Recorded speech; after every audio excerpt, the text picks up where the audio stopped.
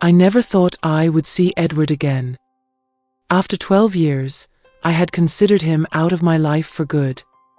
But here he was, at my doorstep, bringing with him painful memories and unanswered questions. It was a quiet evening. Paul, my son, and I were having dinner when the doorbell rang. When I opened the door, Paul was speechless for a few seconds and then ran to his room, slamming the door shut. He had always held a good memory of his father. He never understood why Edward left us, but he felt that his father loved him. And there stood Edward, after 12 years, as if nothing had happened. "Can I come in?" "I want to explain," he said. I let him in, although every part of me wanted to turn him away. He placed his jacket on the table and began to talk. He said that when he left, he was going through a major existential crisis. Having a family felt overwhelming, and he was on the brink of depression. We talked, argued, for nearly half an hour. He seemed remorseful, and in a way, he appeared to have matured. Finally, he asked if he could speak with Paul.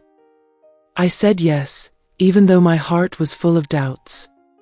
As he went upstairs to Paul's room, I felt his phone buzz in the jacket he had left on the table. A woman's name appeared on the screen, and the message was readable without unlocking the phone. It said that after much thought, she had decided it was better to give their relationship a second chance, and that he could leave the motel and come home. I was in shock. Edward had come back only to have a roof over his head, without caring about the damage he had left behind. I felt a mix of anger and sadness.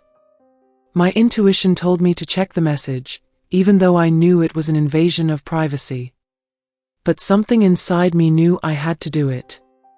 I read the message and confirmed my worst fears. Edward hadn't changed. He was still the same man who preferred to live without working, seeking comfort at the expense of others.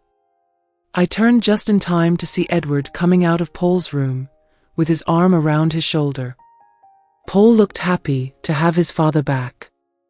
Now, he would have to face again the fact that his father was not a good person and that his affection was not genuine. I reflected on everything that had happened. My son was better off without the negative influence of his father. Though it was hard to accept, it was the reality. Our life, though simple and sometimes difficult, was more stable without Edward.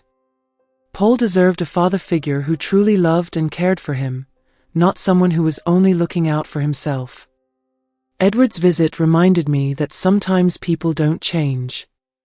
And although it's painful, sometimes the best decision is to move forward without looking back, protecting those you love from the harm others can cause.